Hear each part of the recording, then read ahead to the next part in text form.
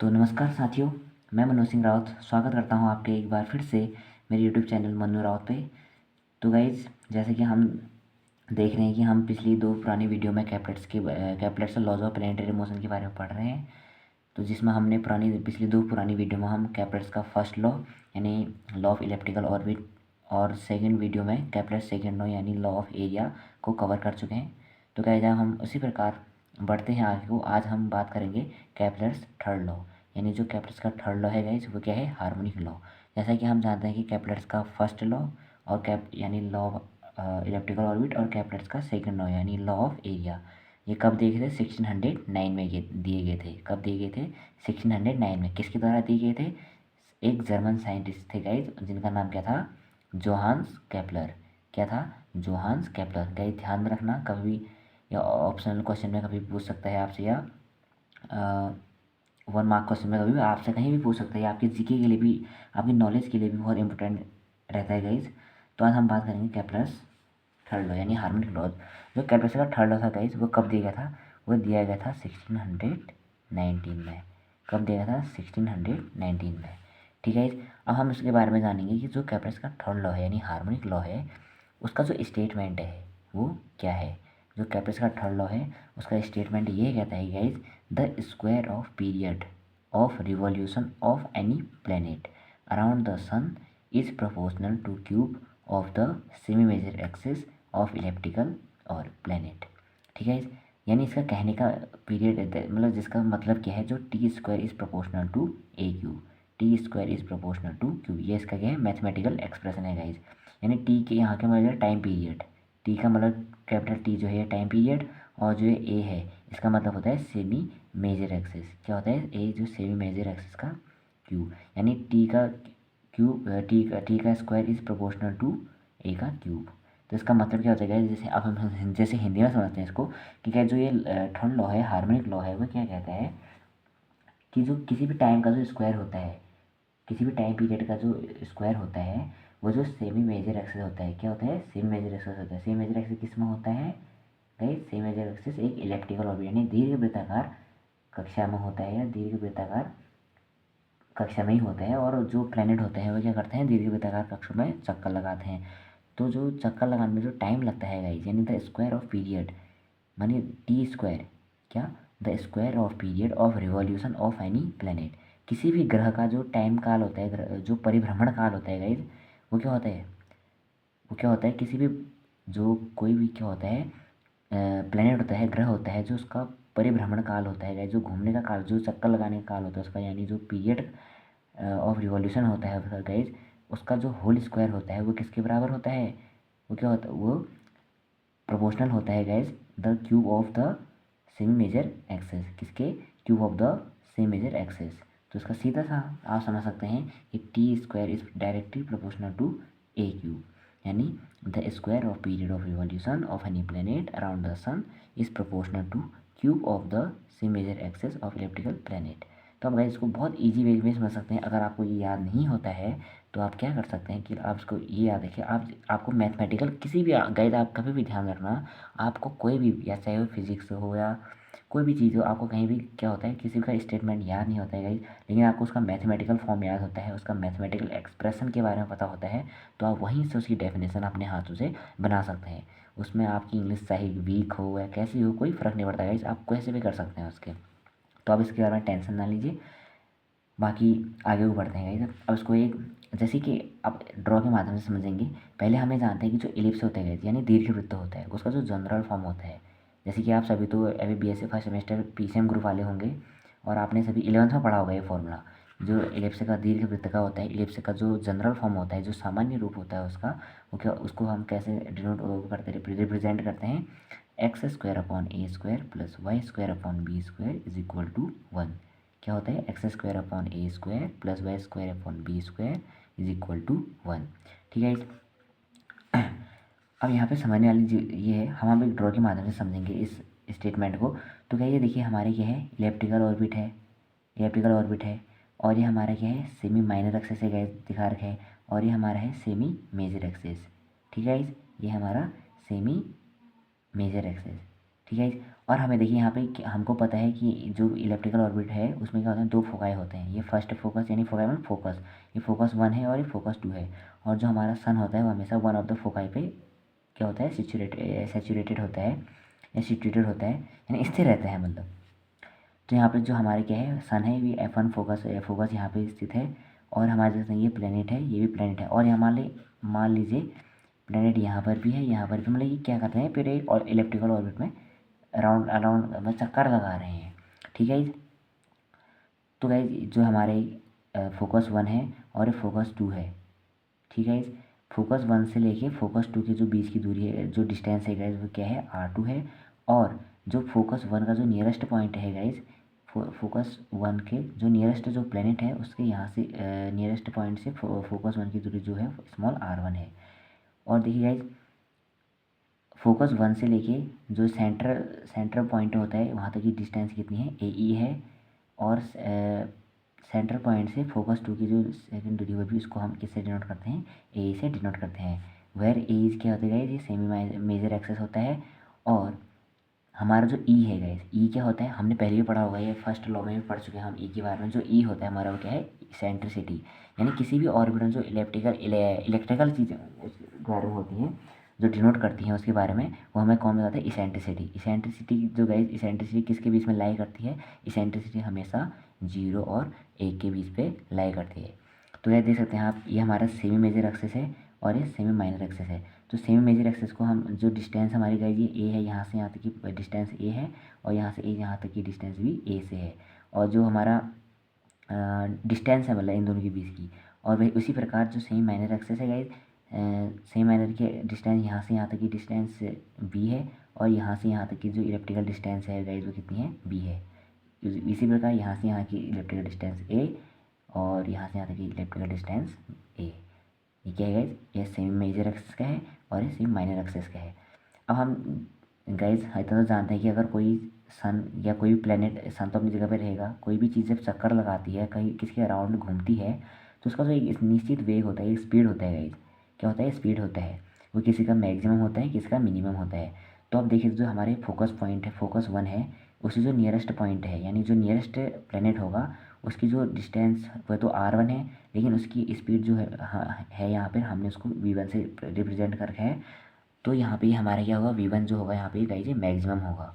और इसी प्रकार जो फोकस पॉइंट 2 से जो के नियरेस्ट जो पॉइंट है, प्लेनेट है, उसकी जो स्पीड है गाइस उसको हमने V2 से रिप्रेजेंट कर रखा है। और जो उसकी स्पीड होगी गाइस वो मिनिमम होगी। ठीक है। और जो देखिए जो सन के नज़दीक होगा नियरेस्ट प्लेनेट, उसको हम क्या करते हैं, नियरेस्ट पॉइंट है, नियरेस्ट प्लेनेट कहते हैं। और इसको एक और नाम से जानते हैं, पेरीहिलियन। किस नाम से जानते हैं, पेरीहिलियन। और उसी प्रकार जो फोकस 2 के नियरेस्ट या सन से फारदेस्ट पॉइंट होता है, इसको फारदेस्ट पॉइंट है, और क्या कहा जाता है जो प्लेनेट होता है उसको फारदेस्ट पॉइंट भी कहेंगे और एपिलियन भी कहेंगे। क्या कहेंगे, एपिलियन भी कहेंगे। ठीक है, आपको इतना समझ में आया। अब यहाँ से देख सकते हैं गाइस जो हम R1 है और R2 है, इन दोनों के बीच की डिस्टेंस इसको कैसे निकाल सकते हैं। तो R1 है, R1 की डिस्टेंस हम कैसे निकालें, क्योंकि सेमी मेजर एक्सेस है, इसमें से इतना घटा, ये ए में से ए को घटा देंगे या माइनस कर देंगे, तो R1 is equal to a minus a e. तो इसको इसमें कॉमन क्या आ रहा है, ए आ रहा, तो ये क्या बन जाएगा, ए इंटू 1 माइनस ई।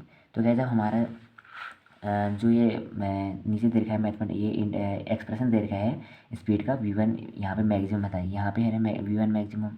तो इसका जो ये कहाँ से आया इसके बारे में हम नेक्स्ट लेक्चर में जानेंगे। अभी फिलहाल हमको ये बहुत इजी भी याद करना, ज़्यादा कुछ बड़ा है नहीं, रॉकेट साइंस या कुछ बड़ी बड़ी चीज़ तो है नहीं, नॉर्मल सी चीज़ें हैं आप लोगों के लिए। तो यहाँ पे क्या कैसे आया है, √GM/A into 1 plus E upon 1 minus e.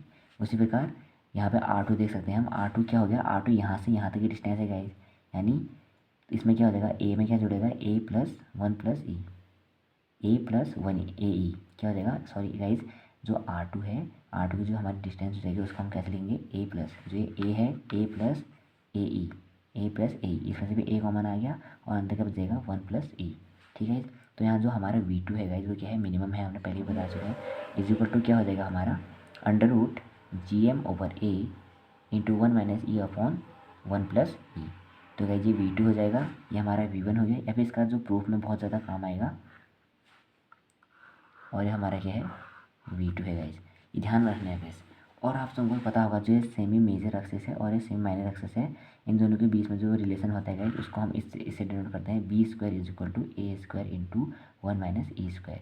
ये भी बहुत ईजी है गाइस याद करना, ज़्यादा कोई बड़ी चीज़ नहीं है, बस आपको इतना ही ध्यान रखना है आप ड्रॉ बना लोगे, आपको ड्रॉ रखना है अपने दिमाग में बस, बाकी आप सब कुछ आसानी से ईजिली कर सकते हैं गाइस।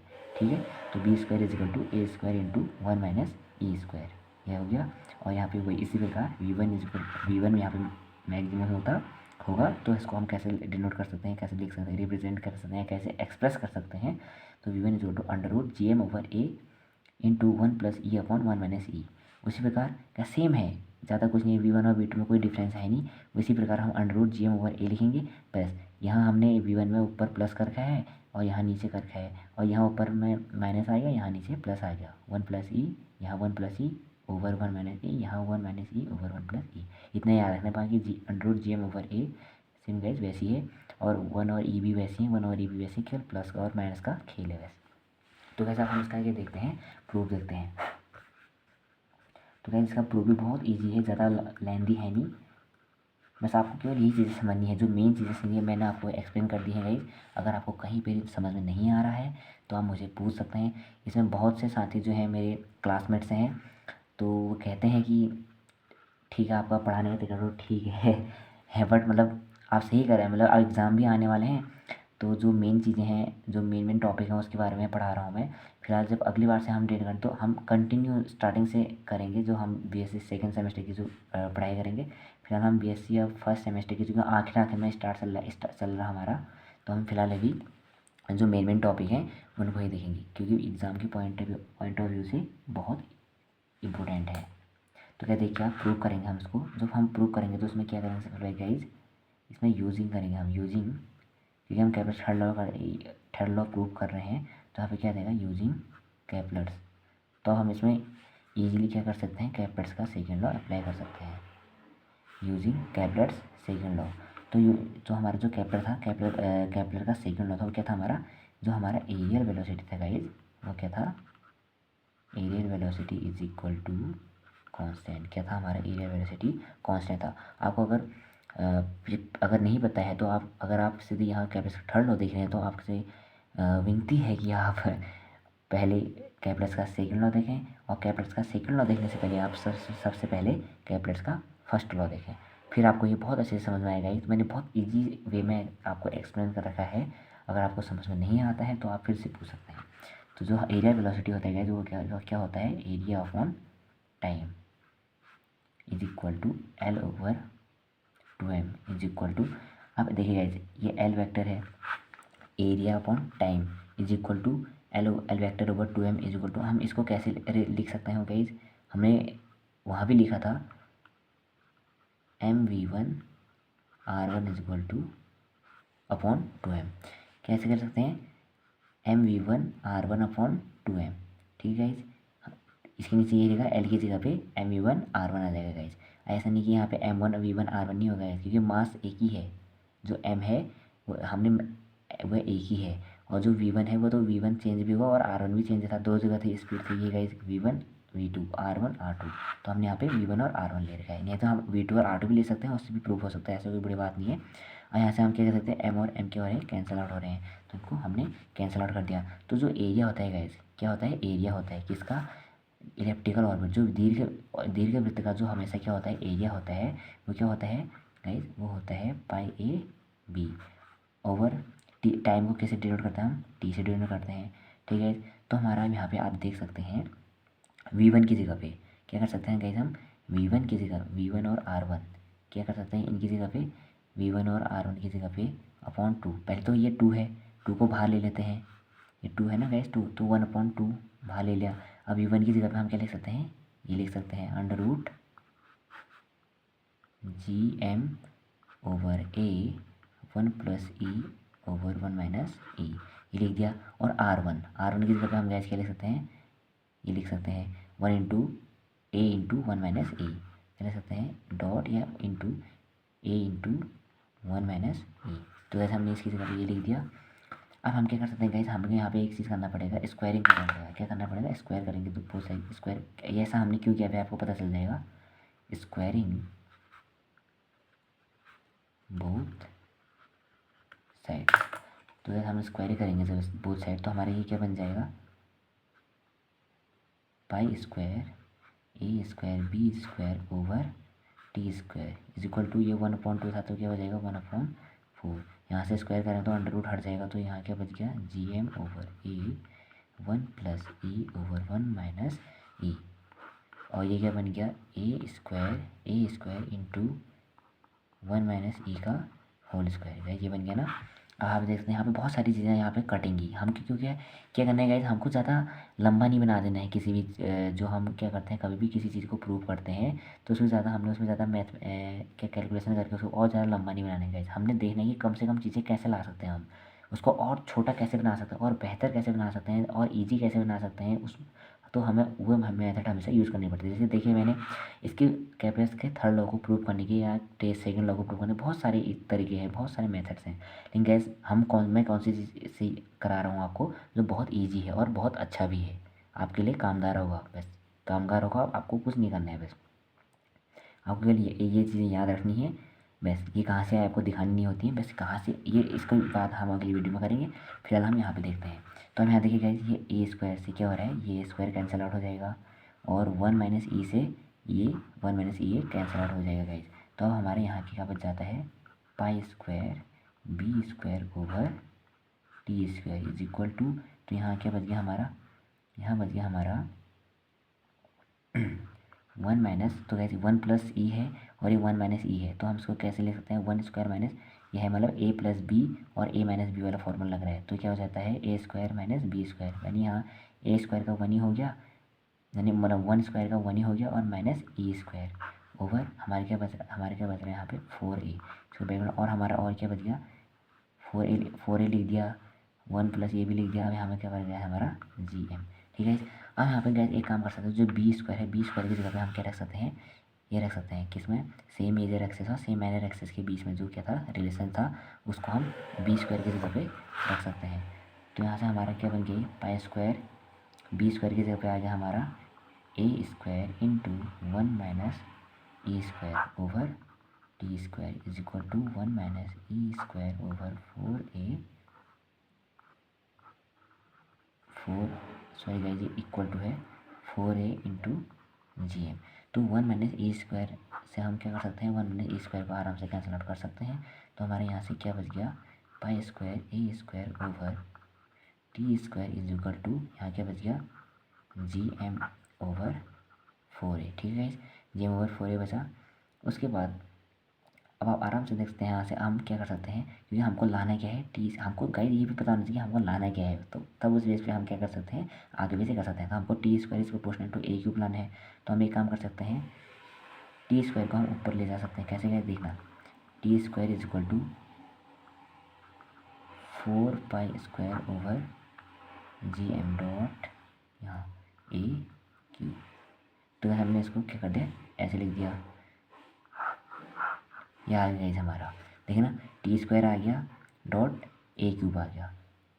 तो हम यहाँ से क्या कर सकते हैं, ये कैसे आया देखने, ये था हमारा pi square a square over T square is equal to GM over 4a। तो हमारे टी स्क्वायर है यहाँ ही किसमें है, डिनोमिनेटर में है, इसको हम कहाँ ले जाना है, न्यूमिनेटर में ले जाना है। अब यहाँ देखिएगा ये जो हमारा GM है, हमने क्या कर दिया क्रॉस मल्टीप्लिकेशन कर रखा है, क्या कर रखा है क्रॉस मल्टीप्लिकेशन, यानी वज्र गुणन कर रखा है, वज्र गुणन करके हमारा ये ऊपर आएगा ये नीचे आएगा, और इसको फिर ये जो राइट हैंड साइड है उसको इधर ले आई और लेफ्ट हैंड साइड को उधर लेके गई। तो हमारे यहाँ से क्या निकल गया फिर गाइस, यहाँ से हम इसको ऐसे लिख सकते हैं, T square is directly proportional to a cube. ऐसे वह जो हमारे ये क्या है कांस्टेंट टर्म है, हम यहाँ पे लिख भी सकते हैं वह 4 pi square over GM is equal to constant. ठीक है, ये इतना ही था प्रूफ इसका, देख लीजिएगा। अब बहुत अच्छे, अगर आपने कैसे, अगर आप सबसे पहले, ये सबसे इजी कब बन जाता है, जब आप सबसे पहले इस फिगर को समझ लेते हैं, इस डायग्राम को समझ लेते हैं, देन आप R1 और R2 निकाल सकते हैं और V1 और V1 यहीं से V2 यहीं से निकाल सकते हैं। बस बाकी कुछ नहीं है, कैपलेट्स का सेकंड लॉ यूज़ करेंगे, हमको पता है कैपलेट सेकंड लॉ क्या है, यहाँ से हम V1 और R1 की वैल्यू रख देंगे, उसका स्क्वायर कर देंगे, बस गैस बी की, और फिर यहाँ पे क्या कर देंगे बी स्क्वायर की वैल्यू रख देंगे, यानी ए स्क्वायर इंटू 1 मैंने ई स्क्वायर, बस गैस यहाँ से कैंसिल आउट करके लास्ट में जो हमारा 4 pi square upon G M क्या देगा, कॉन्स्टेंट टर्म आ जाएगा, तो T is directly proportional to a cube. तो वैसे हमारा कैपलेस का थर्ड लॉ। अगर आपको समझ में आया तो वैसे आप प्लीज़ कमेंट कर सकते हैं, और समझ में नहीं आया तो भी आप कमेंट कर सकते हैं कि मुझे यहाँ पर समझ में आया, ये कैसे हुआ कैसे नहीं हुआ, तो हमें पूछ सकते हैं। तो गाइस ये तो हमारा कैपलेस थर्ड लॉ था। इसमें एक और चीज़ गाइस बहुत इंपॉर्टेंट है, ये मतलब कैपलेस के लॉ तो आते ही आते हैं, ये हर साल का आता ही रहता है गाइस, लेकिन इसमें एक चीज़ भी और इम्पोर्टेंट है गाइस, वो क्या है कि न्यूटन्स लॉ ऑफ डिडक्शन की सहायता से जो हमारा कैपलेस का थर्ड लॉ है उसको प्रूव करना आता है। तो गाइस जो हम क्या देखेंगे वो नेक्स्ट वीडियो में देखेंगे। वो बहुत मोस्ट इंपोर्टेंट टॉपिक है, लगभग पूछा ही पूछा जाता है। वे भी जो मेरा कैपलेस से रिलेटेड क्वेश्चन है गाइस, जो मैं आपसे मतलब जो थ्योरी है या थ्योरेटिकल जो भी चीज़ें मैं आपसे कराऊंगा ही कराऊंगा। बाकी अगर आपको समझ में आया और ये वीडियो अच्छी लगी तो गाइस प्लीज़ लाइक करना, शेयर करना, कमेंट करना और सब्सक्राइब कर देना चैनल को। जो नए हैं वो सब्सक्राइब कर देंगे, जो पुराने हैं वो कमेंट कर देना और लाइक कर देना गाइस।